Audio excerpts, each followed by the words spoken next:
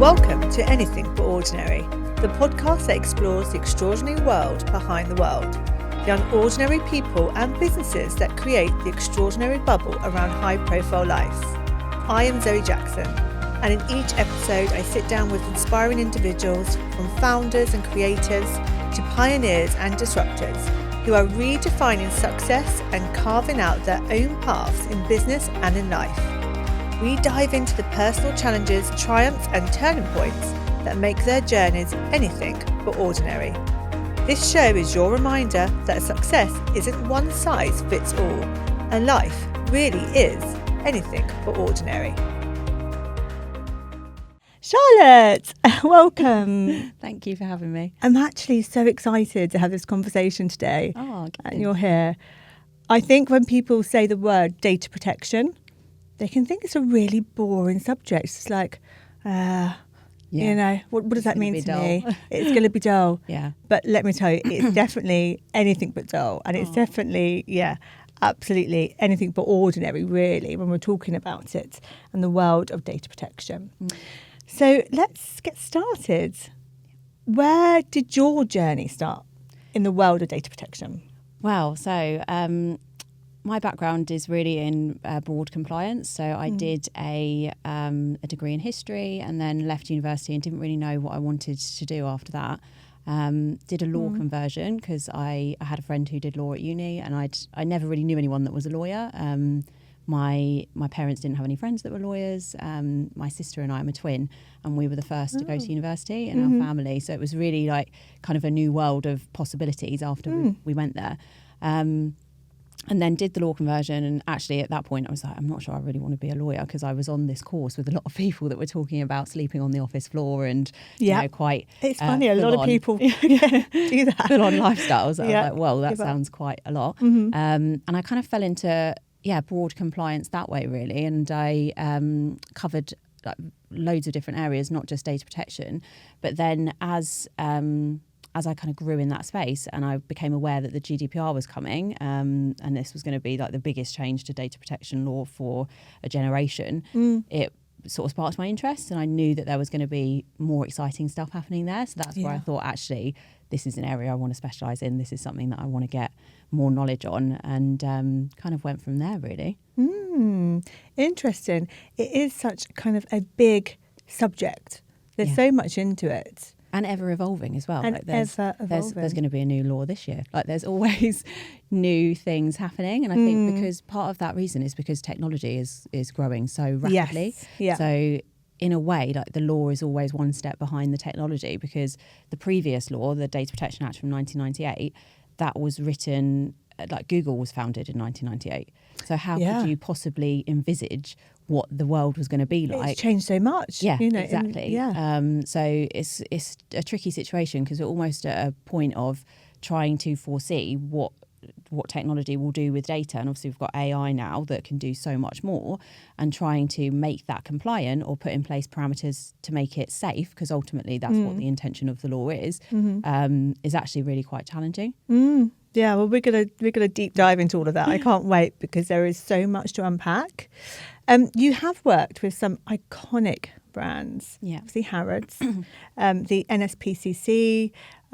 You worked for the British Heart Foundation. Yeah, I mean, there must be challenges that come with working with such big brands and implementing the data protection framework. Yeah, absolutely. And I think probably the biggest challenge is getting that message out there to so many people, because when you're working in a big company, every single person that touches data is a risk point. Like if they do something that is non-compliant, or human error is actually the number one cause of a data breach. So you need to make sure that when you're building that framework, that it includes every single person, from not just the people that are in IT or the people that are in marketing or CRM who touch those databases daily, or HR, but also the people who come into like facilities, the people who come in to clean up, the people who have access to the printers. Like there's so many different teams and trying to get their buy-in to work for a common goal, when actually, like you said, you're starting from a point of most people think this is dull, like I'm not going to be interested in this. Getting them to believe in it, because that's what I feel that the best way to get people to comply with something is to make them actually want to do it. Yeah. So kind of relating it to them and showing them how you should do this because you believe in it and it's the right thing to do. That I would say is probably like the biggest challenge there, and kind of making sure that message is shared as widely as possible. Mm-hmm. And I think our listeners, as we go into this, they will be really brought in and want to listen and learn more, because actually, you know, when we've had conversations away from today, yeah. I mean, I've walked away fascinated. I wanted to ask you so many more questions because That we've spoken really good. That is like the number one thing that I feel like whenever I talk to people, when they get to that point of saying, sometimes I can see it when I walk into a room when they first arrive, and you can see people's faces. Eyes glaze over, I do this and I don't really want to. And then when they leave and go, wow, that was different to what I was expecting, that is like the best testimonial I could ever have. No, well, I think you're brilliant. And I think, you know, everything you're doing is brilliant. So you had a secure career, obviously working for iconic brands, in paid salaried roles. Yeah. You made this jump to consultancy. Yeah. What were your motivators there? So it was, if you had asked me when I left, I would have said to spend more time with my children, which is absolutely a motivator for sure, and it still is. Of course. I've got 2 small children, and the sort of juggle now, I know we've spoken about this before, but managing work and being present and being able to be a bit more flexible was a real driver. But also I've realised since I've been working with smaller brands that actually the thing that excites me the most about what I do is having that opportunity to change people's mindsets and also going on a journey with them. So starting from with organisations or companies that don't have anything in place and maybe aren't even aware of the risk, and kind of opening their eyes to it and seeing that realisation moment of the penny drop of like, oh, actually, maybe I do need to be thinking about this. And then having like going on that journey with them of like, this is how we can do it. That's really rewarding. Like that's probably what I enjoy the most of all of the things that I do. So I don't think you get that as much when you're in a big organisation, because a lot of the big organisations have established frameworks. Obviously went through a journey with the GDPR coming into place because it changed the landscape quite a bit, but they knew about it. It was something that's on their risk register. They have a risk register. Well, they have to, because like you say, they're big companies, big organisations. They have to have that framework, even if that framework needs updating. Yeah. Whereas I guess, like you say, with the smaller businesses, where you're giving them something that they don't already have and working with them through that journey, it must be so rewarding to be able to walk away and go, okay, I did a great job there helping them. And I think that is, that's it. And the fact that like a lot of them, the clients that I work with now, they have grown their businesses from nothing. Like they've started it and built it to be a success. And like I said to you, I think before, like it's almost like it is their other child. So having the opportunity to support them to make it more resilient and future-proof it and springboard it to growth, because I've had clients who have had doors open as a result of having the framework in place. Because if you want to partner with a big organisation and you don't have this in place, true, they expect you to. So they say, you're a risk to us now if we don't have some assurances from you that you've got the cybersecurity data protection risk under control, then we can't work with you.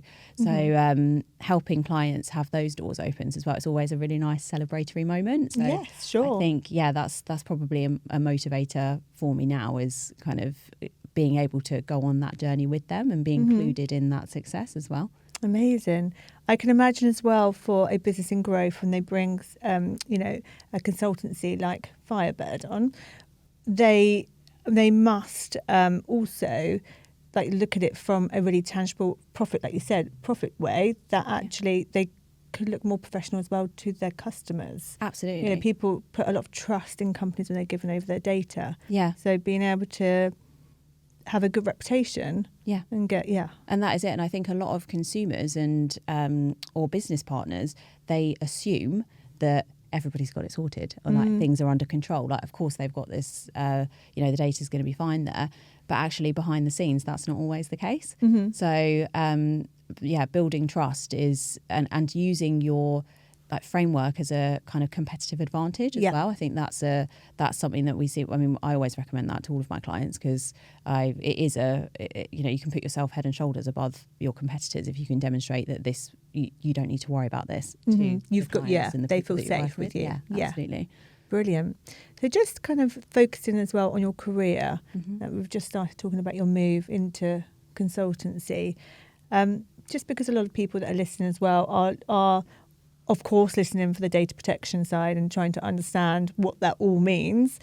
But also there will be lots of people that have got small businesses that are looking at making or perhaps are thinking about moving into a small business, or small businesses that are looking to make changes, etc. When you moved over from being employed and took that jump into consultancy, did you have to put any structures in place?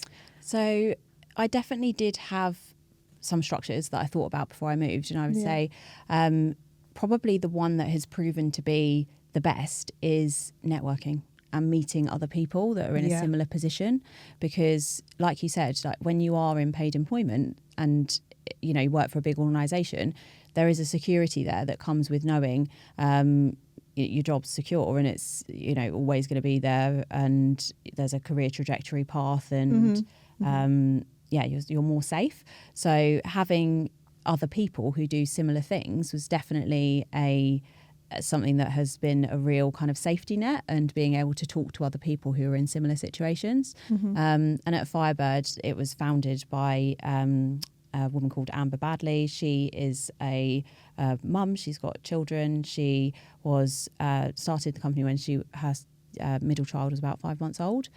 So she got it as well. So it was like, actually, I want to work for this company because they have an understanding of kind of the lifestyle and like the sort of support structure that would be needed to allow you to excel in what you love doing, but also have that balance too. Yeah, it's so important. It's so important if you're making those decisions, perhaps initially, like you said, because you've got a family and it's like about perhaps balance. And getting it right. If you're moving somewhere, it's always really important to look at how they've got it structured, or think about how you want it to be. Yeah, absolutely. Wow, and networking is key, as we all know. And that's, of course, how we met. Yeah. Okay, let's now just go straight in with data protection. How can you describe, and maybe it's not so easy to describe it in its simplistic form. So data protection, what does it all mean? So there are different laws in the UK that govern how personal data should be handled by organisations. So the key one is the General Data Protection Regulation. And I think the best way to answer your question is to think about what was the intent behind that law? Why is it needed? So what should we be doing to comply with it? And really, it was put in place to prevent harm to people. So, we're all very familiar with security, personal security and physical security, but as technology has evolved, your data online or your data held by different software companies or used in different ways that you're not comfortable with can present serious harms to people. So the GDPR was needed to get people in, like the organisations, in line to prevent those harms from happening. So I think in its simplest terms, data protection is about keeping people safe. It's about preventing data falling into the wrong hands, because there are cyber criminals out there that want to steal your data. And it's about, and they can break in through coming after your company directly, but you could also have an employee who accidentally loses data, sends it to the wrong person by email, or if they've got paperwork, they leave it lying around. And as soon as it's out there in the public domain, it could fall into the hands of a malicious person. So the risk is kind of already there once that's happened. But then there's also a misuse of information as well. So the data might not have gone to someone who is malicious, or might not have been out of your control, but someone in your company might have done something wrong with it. So they might have, sent emails. This is a really common one that the regulator fines for, sending marketing emails without consent. Of course you have to have the appropriate consents in place there. Because there was often a lot of these things are driven by society and kind of different focus points. So you might remember probably about 15 years ago, there was a big focus on marketing emails being sent without the appropriate consent in place. And it was in the press a lot, particularly in the charity sector, that actually if there was a perception that vulnerable people were being targeted and then handing over their money. And so, yeah, I think a lot of it is driven by those kind of the protection of vulnerable groups as well and the focus points there. But in its simplest terms, it's just about keeping people safe from either a loss of their information or from it being misused in a way that could harm them. And there are many different parts of it and different parts of the GDPR that are becoming more apparent now as new technology evolves, like AI. So there are provisions around automated decision making that become really relevant when you're thinking about AI. But it's a real minefield. Oh my goodness. Well, when it was introduced, the GDPR was the longest piece of European legislation ever. Really? Most debated piece of European legislation ever. It's got 99 articles. My goodness. Huge. I did not know that. Yeah, so and they didn't decide upon it lightly. It was debated for a very, very long time. They couldn't agree on how it should be structured. And even then, there are some gaps in it that allow for, because it was a European law, there are gaps that allow for the member states to fill in the gaps with what they think the law should say. So it's like in its simplest form, it's to keep people safe. And actually what I say to people is if you're worried about doing something, just use your moral compass. Like, does it feel like the right thing to be doing? Like, does it feel like you should do this? What then are the most common misconceptions about data protection? So I think for business owners, especially, a common misconception is that it's not a problem that they should be worried about, that it's just they're not aware of it. And I don't even necessarily think it's their fault, because it is like an invisible risk. It is an invisible risk, completely. Until something bad happens, you don't necessarily realise that you're doing anything wrong. Yeah. So part of the challenge that I have and other data protection professionals have is kind of opening people's eyes to this risk. So I think that's a very common misconception. The other thing is that you need consent for everything, which is just not true. That is a common misconception, because I think we go in extremes. It's like people don't understand it. So the amount of information that we give out on a day-to-day basis is crazy, and the amount of data that we just our digital footprint is insane. But separately for that, people don't think about the other side of things, which is the consent side. I mean, I've also thought at times that, do I need someone's consent for this? Because it does become like that, where it's become so extreme that people don't know what. Yeah. And I think there is that panic of we'll just ask for consent because we don't know if we should or we shouldn't. So we'll just ask for it just in case. So common misconception is that you need consent for everything. Yeah. You don't need consent for everything. And often consent is not the best way to collect data. You need consent to send electronic marketing. So unless there are some exceptions to that, but generally you need prior consent before you send any form of electronic marketing. Whereas other uses of data, if you ask for consent and you don't need it, you are suggesting to the person that they have control over it, that they can withdraw that consent. Right. So if you need it because you need it to comply with the legal obligation, or you need it because if they don't provide it, you can't proceed with your contract, or even if you need it because it's a legitimate interest of your business to use that data for something, as long as that interest doesn't negatively affect the person whose data that you're collecting, you won't need consent for it. So I think, having going through that process of working out what do we actually need consent for is one of the first things that I do with clients generally, because I see consent. I mean, and also on a lot of data collection forms, just in my everyday life, I'll read something and it says, tick here to consent to our privacy notice, and you can't consent to a privacy notice. That's really interesting, because I've seen so many of those, and I think I would just tick. I wouldn't think anything different of it. How would people be able to know what they need to ask for consent for and what they don't need to ask consent for? How is that easily? So there's a lot of guidance on the ICO website of what is the correct, it's called a lawful basis, but really it's a reason for why are you collecting data, and they're defined in the GDPR. So you've got a selection that you can choose from which one fits your scenario best. Some of them are, like, for consent will be mandatory when it's sending when you're sending electronic marketing, but there are others that often fit the other scenarios. So you probably need to go and look at some guidance, or you need specialist advice. Yeah, exactly. So I was going to say, so probably the best thing is at that point really to go and seek professional advice from an expert. And I think that's where you have you can get that kind of foundation of knowledge as well, because you want to make sure that you're operating in a way that is compliant, but you also want to make sure you future-proof yourself so that you have the foundations to grow properly. And if you are, let's say you're collecting data and you're not collecting it, you've maybe said something on the form that isn't quite right, or you've asked for consent when you don't need it, it can cause problems later down the line, because what you tell people at the point of data collection is meant to be how you explain what you're doing with their information. And if that's not actually strictly true, it can cause problems if you want to use the data for something else. Do you know what? It's a scary world. Data protection is definitely, this is definitely something that, like we said at the beginning, is not something that we all think about too much, and we do just kind of think, oh, either it's okay or maybe we just kind of glaze over. But there is so much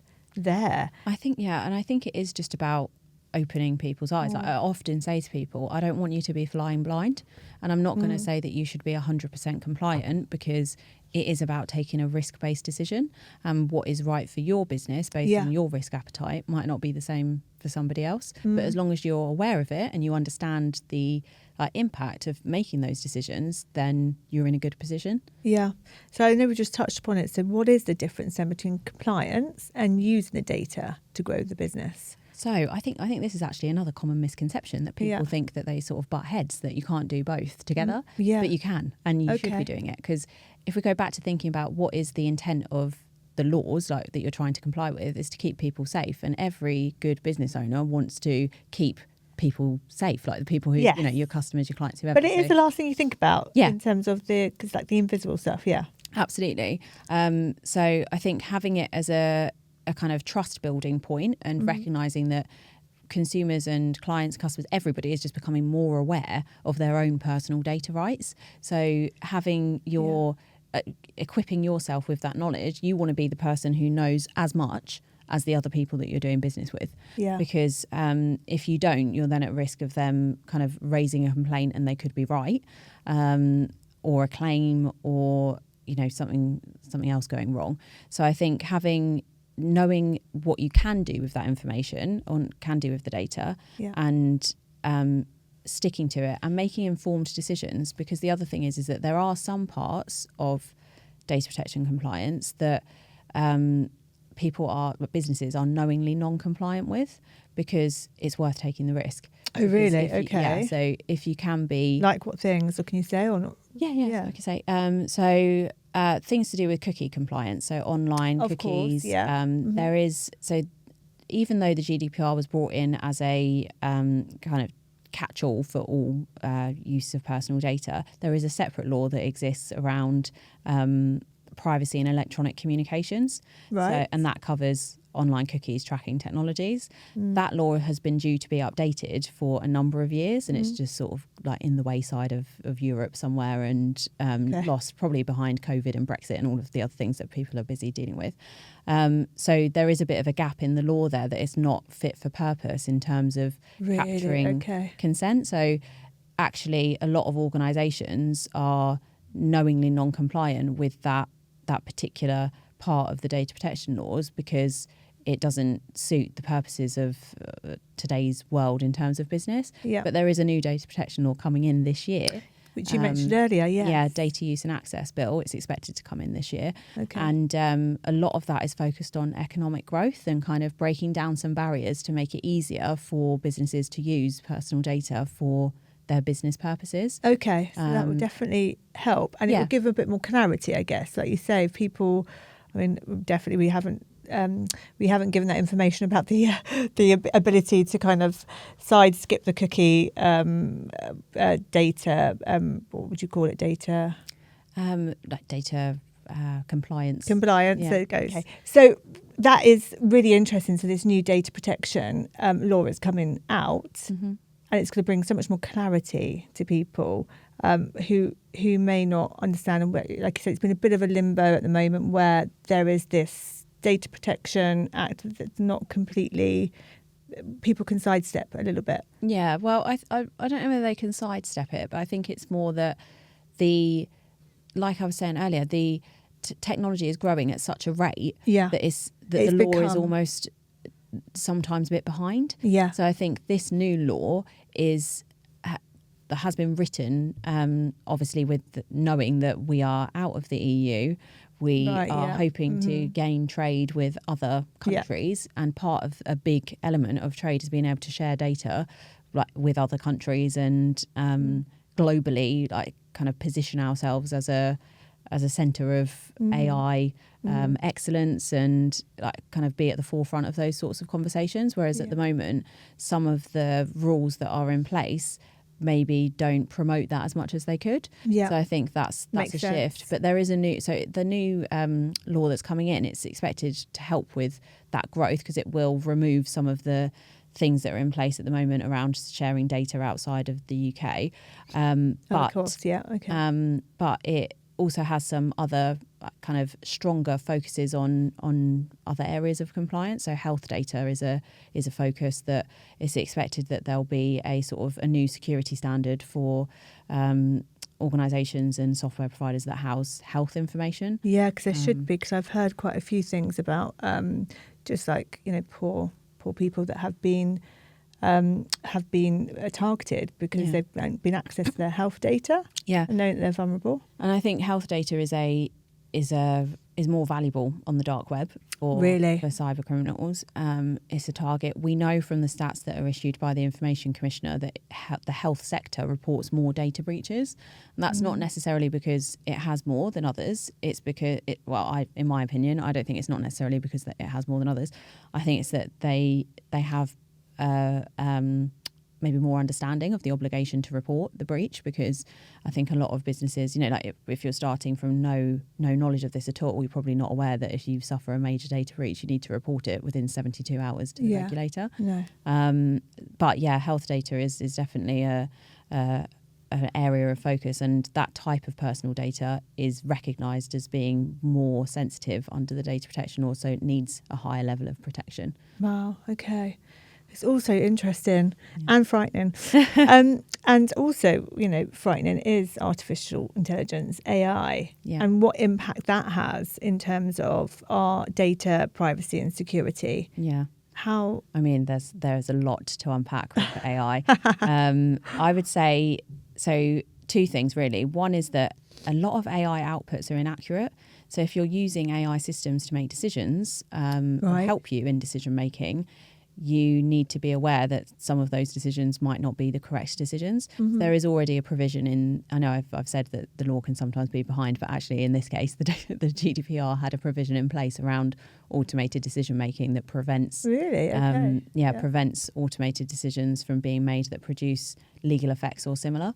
And so, that's one thing. But the other thing is that AI has the ability to impersonate people and replicate. It's scary. Yeah. So I saw in the news actually recently that there was a teacher who a video was made of her by AI that showed her to be making racist slurs, and it was completely fake, but obviously it looked genuine, and the impact on her life as a result of that was obviously catastrophic. Yeah. So I think that it kind of begs the question of like, who made that video, like whose hands was the software in to be able to do that, why would they do that? Yeah. So I think for business owners that are introducing AI, and it's the same for if you're introducing any kind of software, any third party that's going to be using your data, you have to do your background checks, like making sure you've done your due diligence to see who has access to this, has it got the correct security in place,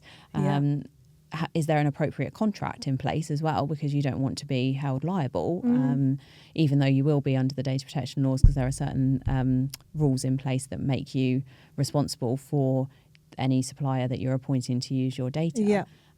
You want to make sure that those checks are done. So important. Yeah, absolutely. And I think that's also actually a gap that I see fairly frequently, and it is a area of risk in terms of a data breach as well, because if you're sharing data with, say, a CRM provider, a website hosting provider, do you think to HR check system? Yeah, exactly. Do you think to check? Does a business think to check that all these services they're using as supporting platforms, are they data protection? Are they compliant? Yeah, exactly. No. And I think a lot of people don't check because they think, well, you probably know more about it than I do, so you probably got it under control.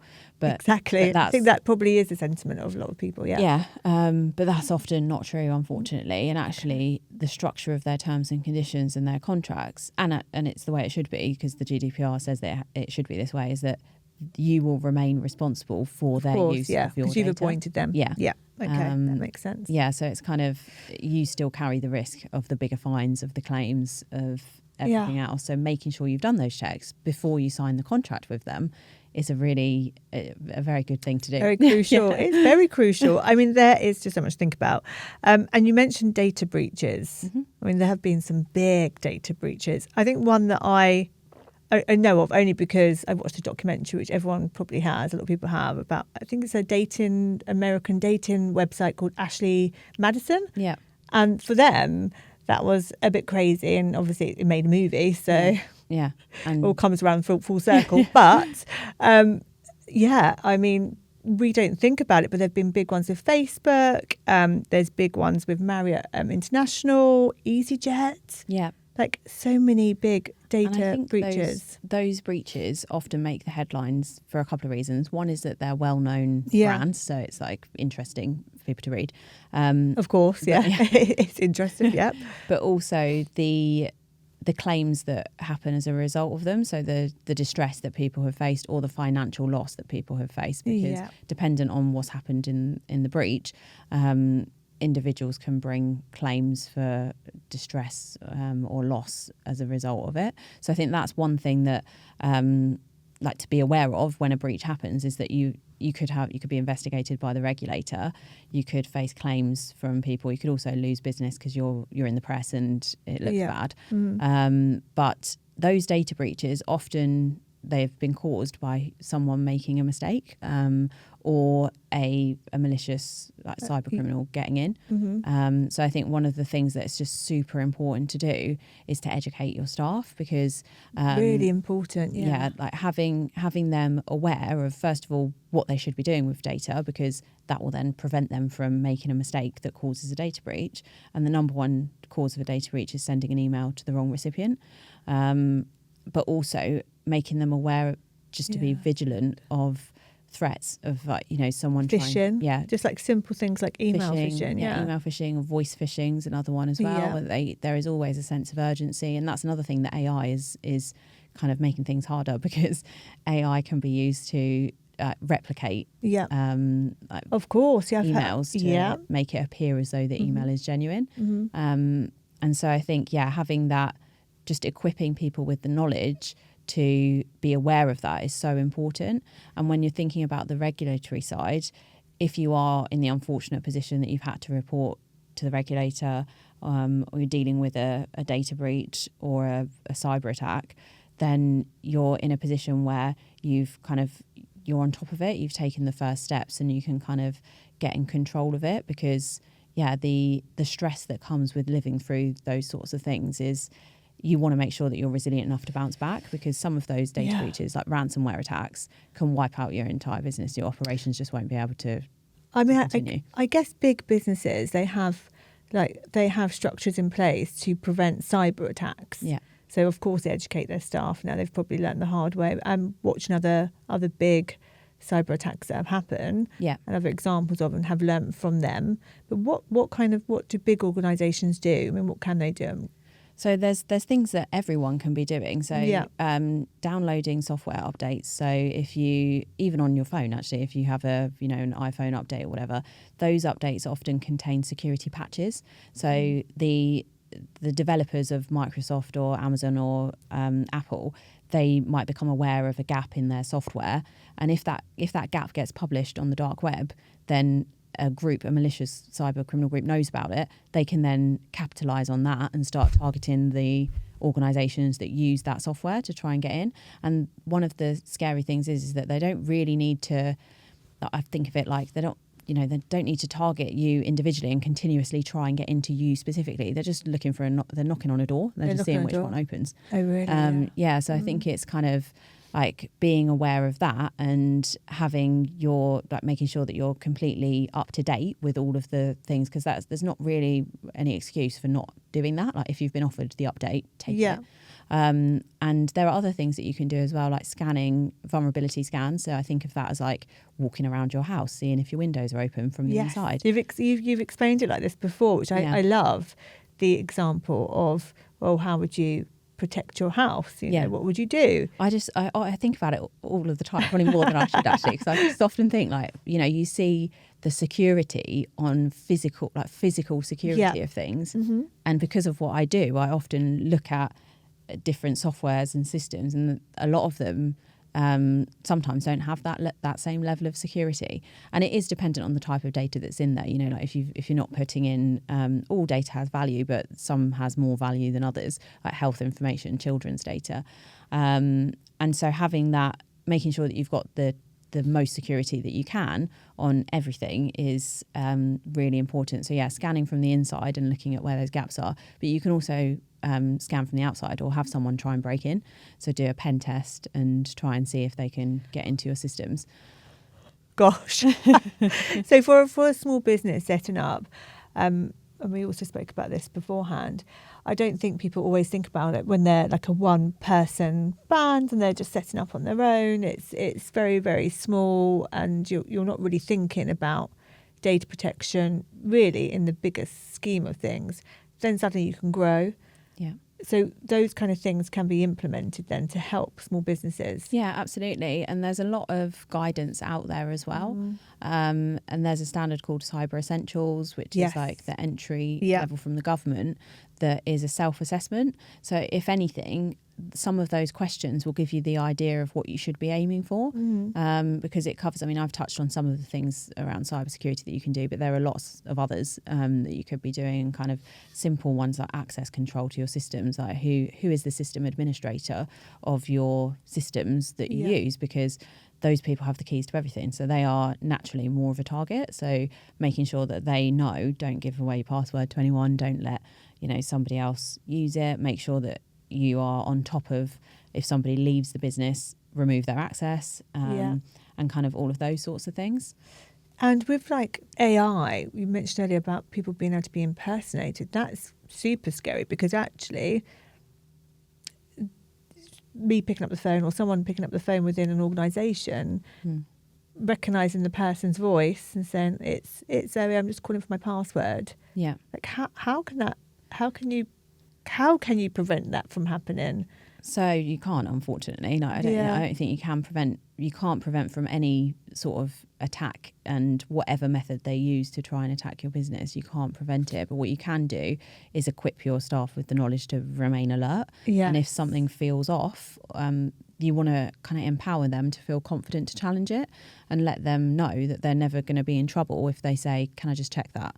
Is that okay?" Or, like putting in place a kind of extra check, maybe like a password or something. Password, something like that. Even if they like I just need to, can you tell us what the agreed password is? And then if chances are, who knows, with AI the way it's developing, maybe they'd be able to.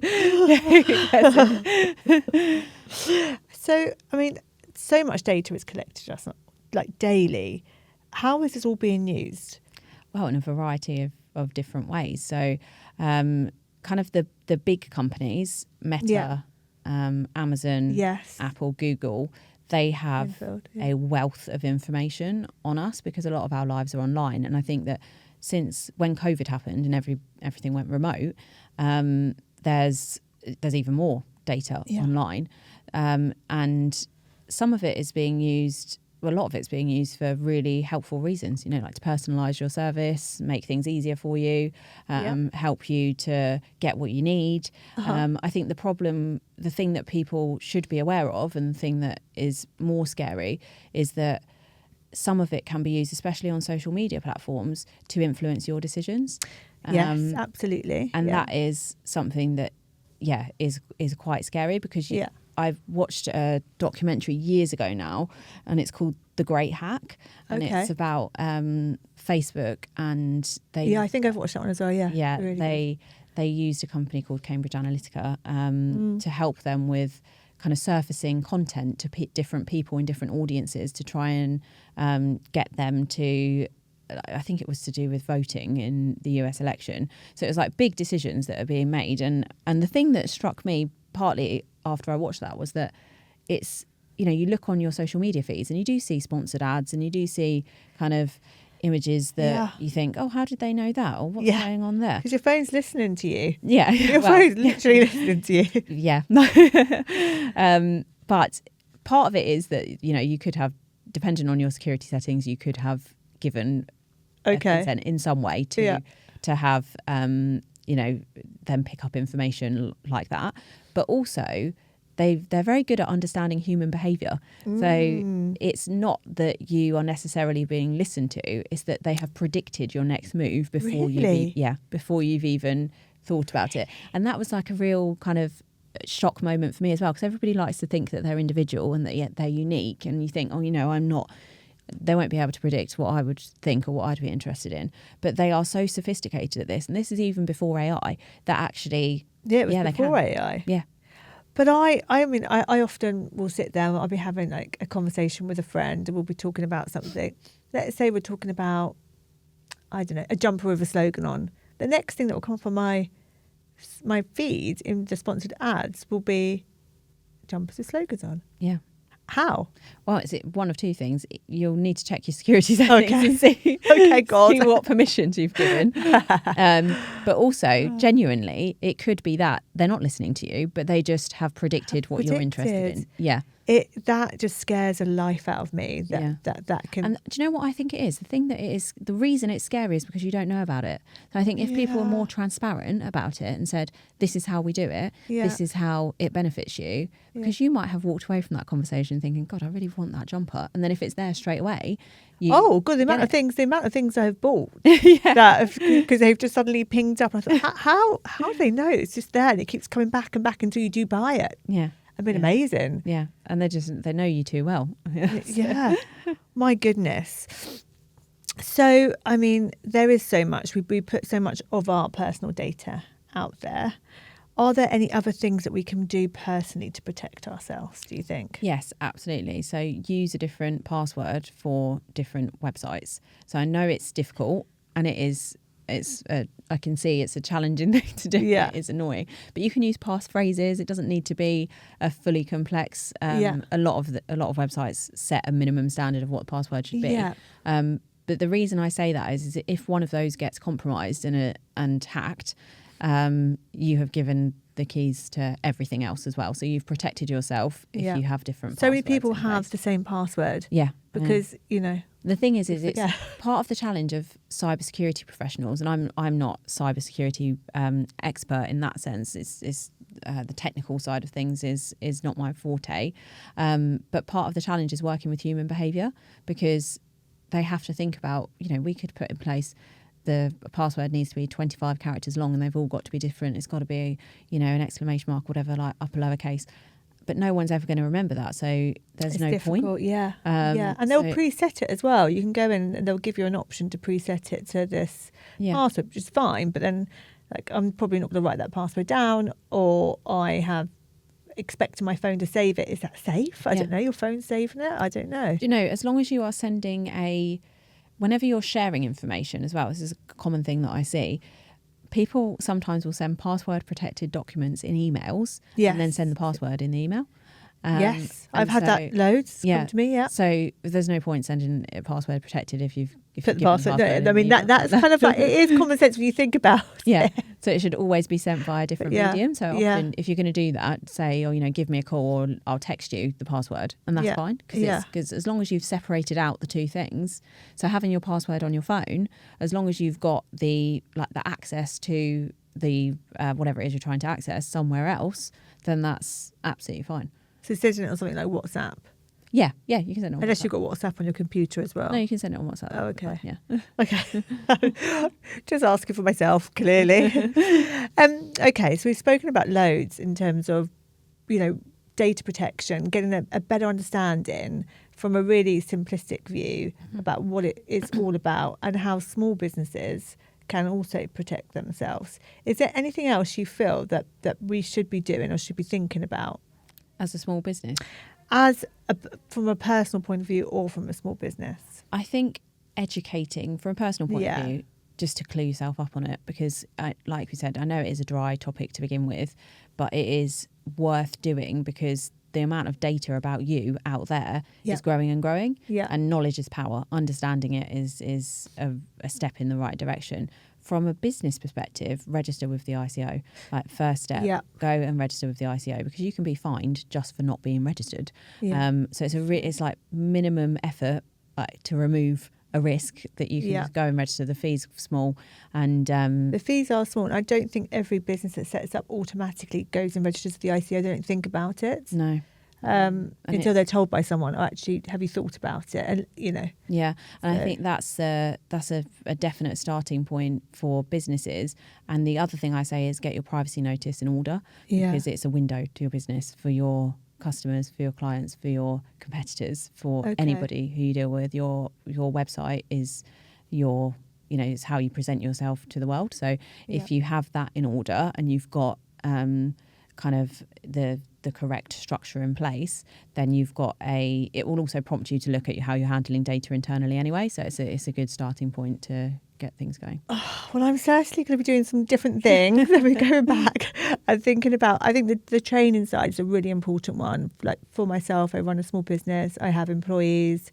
We do internal kind of training, but I guess if you're registered with the ICO, the other thing you can tap into is the training side of things. For the ICO. So they do have videos on there, and you don't need to be registered to access them. They're just freely available on the website. There's a lot of free resources on there that you can go to, and they do put a lot of effort into supporting small and medium-sized businesses. The challenge is, and it depends on how much time you've got, is that there's a lot of content on there, and knowing which ones are relevant to you, and also understanding it all, because the ICO is brilliant in what it does, but it doesn't have that human connection, the interaction, to be able to say, don't worry about that because that bit doesn't actually apply to you, but you do need to be focusing on this bit because that bit's more important. So I think because there's just such a huge scope of it, and obviously things are changing all of the time anyway, is something that can be quite difficult to stay on top of without devoting a dedicated amount of time to it. So we could also access services like Firebird. As a consultant who come in and you would support a business with making sure that everything is compliant, data protection, and also advice, and like you say, on what you can and can't do to perhaps support your business with the data that you're collecting. Yeah, and I would say that for when you're bringing in an external consultant, and one of the things that I'm always very mindful of is that actually we will often find things that can be improved upon, and it's kind of having that conversation with someone. A lot of the clients who come to us either come to us because they're worried about it and they want to get visibility on it and they want to know more about what they should be doing, or something has gone wrong, and then they come to us saying, please help me, I'm not sure what I need to do. So it's quite a vulnerable position to be in. So it's kind of like making sure that you've picked the right person to go with, so that you feel like you can have those vulnerable conversations.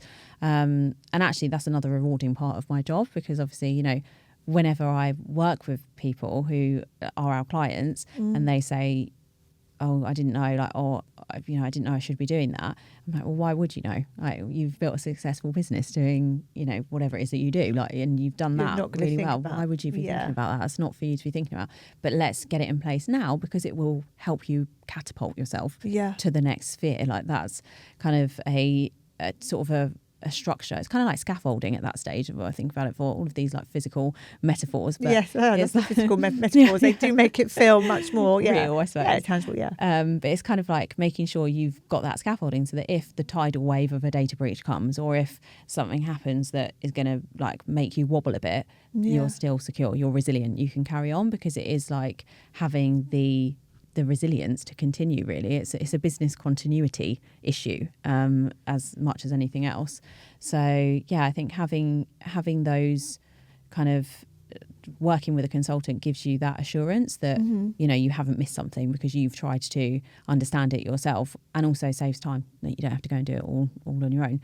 And at Firebird we offer kind of 3 tiers of services generally.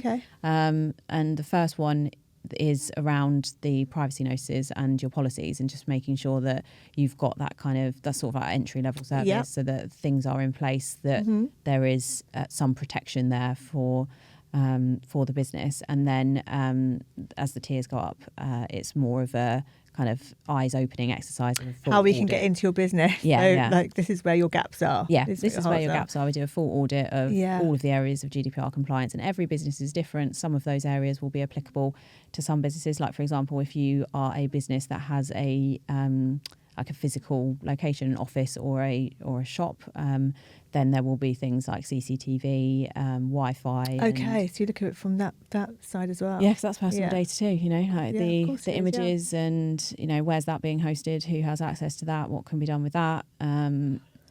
That sort of thing. So we do like the full review of that to kind of find the gaps, and then on a risk-based approach, we'd be like, these are high risk, let's sort them out straight away. And then what else do we need to focus on going forward? And then kind of like the top tier one, which to be honest most people do go with because they want to have they realise they need to have everything. I think that's probably what it is as well. Is just where we come in, find the gaps and fix them for you, and then say that this is maintained. And then going forward, because things change, like new laws come out, new cases happen. So that even though the GDPR came in and has been around now for a few years, it's still relatively new law. Like there's still parts of it that are yet to be tested in the courts. So having that kind of response to this is a risk area now, this is changed slightly, is something to be aware of too. I've learned so much. I mean, I have learned so much, and I'm sure the listeners definitely have taken on board and learned so much, and now probably going away and thinking, okay, I better go do something about this. And I think, I mean, hopefully people do feel like that, because I do genuinely believe, and I've seen things go wrong that has resulted in negative outcomes for people. So for that reason alone, I hope that people go and think about it and like take a look at what they're doing, but also remember that, you know, it's a journey, and it's not, you can't fix it overnight. It's going to be something that people will hopefully want to do on a long-term basis, and like absolutely change. I think it's, as you say, it's changing the mindset and getting people around to actually thinking, like you said, the scaffolding needs to be up. There are many aspects to when you're developing a business and you're growing a business that perhaps you leave to you don't do it straight away. You leave it to a certain point, but sometimes that point can be it can be gone. It can be too far along. So it is great to unpack things like data protection and talk about it in a way that everyone can understand and have a start point from. Yeah, absolutely. So for our listeners, actually, what we'll do is we'll definitely link underneath, obviously, Firebird, and links to the GDPR and ICO as well, and other links that people may find helpful to kind of follow and look up on. So that would be great. Charlotte, it's been amazing. Oh, I mean, I've genuinely, like I said before, when we've spoken before this, like the conversations that we've had, it is a minefield, but it is definitely such a real interesting topic, because there is so much you just don't think about when it comes to data protection, and it's so much we should think about from a personal and from a business perspective. Absolutely. In terms of your career though, or it can be personal, I do like to close on the anything but ordinary piece of advice, or piece of something that's been passed down to you that has helped you in your life, in your career, or something you want to impart. Something I want to impart. I mean, it's probably quite cliche. I imagine quite a lot of people have this one, but it's just to kind of be confident in yourself. Yes, I think like I said at the very beginning, my background, my parents come from a working class background. I was my sister and I first in our family to go to university, and working in the sphere that I do. When I was a child, I didn't think I want to grow up and be a data protection officer, and so I was in a new world, so to speak, and kind of having the confidence to back myself, I suppose, was a piece of advice that I was given fairly early on in my career, because a lot of I'm used to working fairly solo. So even in big organisations, you don't have huge teams that work on this, because that you need to go individually to work with the other teams to support them to get compliant. Yeah. So having that kind of, the sort of confidence to know, and to obviously sometimes have to tell people, maybe let's do it slightly differently. I think that was a piece of advice that's definitely stayed with me. Yeah, it's a brilliant piece of advice. And actually, it's not that cliche. I mean, we have be authentic, which is similar, but I think confidence can come from also empowering yourself with knowledge. Yeah. So, brilliant. Oh, it's been great. Thank you so much. Oh, you're welcome. It's been really fun to go on. It's been fun and very, very useful and knowledgeable. Thank you. Thanks so much for tuning in to Anything But Ordinary. I hope the conversation gave you a little inspiration, maybe a new perspective, or just reminded you there's no such thing as a straight path when it comes to success. If you love what you heard, it would mean the world if you could follow, subscribe, or leave a little review. It really helps us keep sharing these incredible stories. And if you want to see more behind the scenes or get in touch, all the info you need is in the show notes. Until next time, keep being curious, keep challenging the ordinary, and remember, the most interesting lives rarely follow the rules.